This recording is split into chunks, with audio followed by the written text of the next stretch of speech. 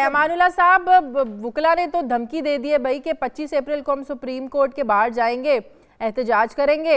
ये जो model courts का क़याम है ये उनके लिए काबिल कबूल नहीं है। वुकला बिरादरी क्या चाह रही है? इस सिस्टम को होना ही नहीं चाहिए या इसमें कोई तब्दीली होनी चाहिए? मुशावरत से मिल बैठकर कोई देख लिया जाए कि इसको किस तरीके से चलाना है, इसका मॉडल किस तरीके का होना चाहिए। ये जो एहतजाज की कॉल है ये फाइनल है या कोई भी बातचीत के दरवाजे खुले हैं? बिस्मिल्लाहिर्रहमानिर्रहीम। मैं समझता हूँ दुनिया में या किसी भी माशरे में तरक्की के और तब्दीली के हमेशा इम्कानात होते हैं और उसको इम्कानात को बंद नहीं करना चाहिए।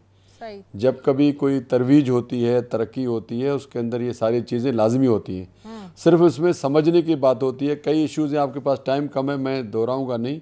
जी। कई इश्यूज़ हैं। पाकिस्तान में आइन बना तो उस वक्त 1973 में आज 24 तरमीम हो गए आइन के अंदर।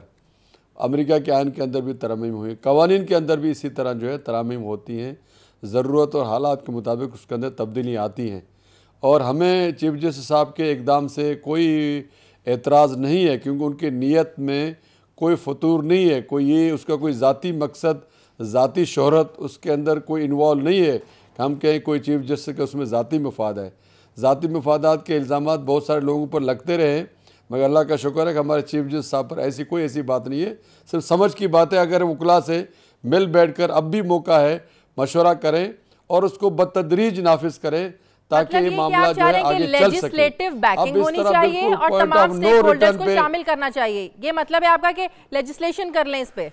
जी हाँ, क्योंकि ये बिल्कुल पुराने कवानीन को तब्दील होना चाहिए और वक्त और हालात के मुताबिक, ज़रूरत के मुताबिक उसके अंदर तब्दीली तरमीम होनी चाहिए। मगर डायरेक्ट एहतजाज की कॉल दे दी, धमकी दे दी, हम 25 अप्रैल को जाएंगे, मुज़ाकरात की बात तो करें। असूल की बात है, हम एक असूल की बात कर, गुजारिश है। मज़ाकरात कोई हमारा मज़ाकरात के इशू नहीं है। हम कोई दो मुतहारब ग्रुप नहीं है, जुडिशरी और वुकला।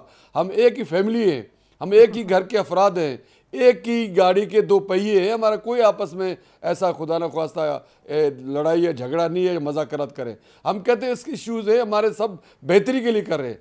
अगर चीफ जस्टिस साहब भी कर रहे हैं तो बेहतरी के लिए कर रहे हैं और हम भी जो बात कर रहे हैं बेहतरी के लिए अगर बेहतरी के लिए कर रहे हैं तो वुकला फिर इसको एक्सेप्ट कर लें बतदरीज। तो वुकला के साथ कोई बात करे तो एक्सेप्ट करें। उन्होंने तो नाफिज कर दिया और उस पर अमल शुरू कर दिया और बगैर पूछे स्टेक होल्डर तो वुकला इसलिए कि फिर आप वकालत का सिलसिला ख़त्म कर दें, बगैर वकील के मुफ्त में काम होगा। फिर जाएँ आप जो है मस्जिद में फैसला भी कर दें, मस्जिद आप यहाँ पर जाएँ दरख्त के साथ में फैसला कर दें, फिर इमारतें न बनाएं। ये सारी चीज़ें करते फिर तो कोई सारा सिस्टम कोलैप्स। ये ज़रा सिस्टम आपका जो निज़ाम है, ब्यूरोक्रेसी है, आप सफारतकारी है, सब कुछ है। वरना तो सारे काम खलीफा करता था। न सफ़ीरों की ज़रूरत है, न जजों की ज़रूरत है। काजी मुकर्रर कर दे, वो सारे फैसले खुद करे या खलीफा मुकर्रर कर दे। दुनिया में जब आपने तरक्की करनी है तो वकील भी उसका हिस्सा है। किसी ने खैरात में वकील किसी को नहीं मिला है, ये हिलाली साहब समझ रहे सारे वकील करप्ट है। माजरत के साथ हमें इस पर बुरा लगा है कि उन्होंने इस तरह हिलाली साहब कुछ कहना चाह रहे हैं। हिलाली साहब की जरा सुन लें, वो कुछ कहना चाह रहे हैं। आंख है, नाक है। अगर वकील ना होते आप इस मुआशरे में नहीं रह सकते थे। आप कोई सरदार, नवाब, जागीरदार, डाकू खा जाते। ये वकील है जो मुआशरे में लोगों का तहफ़्फ़ुज़ करते हैं।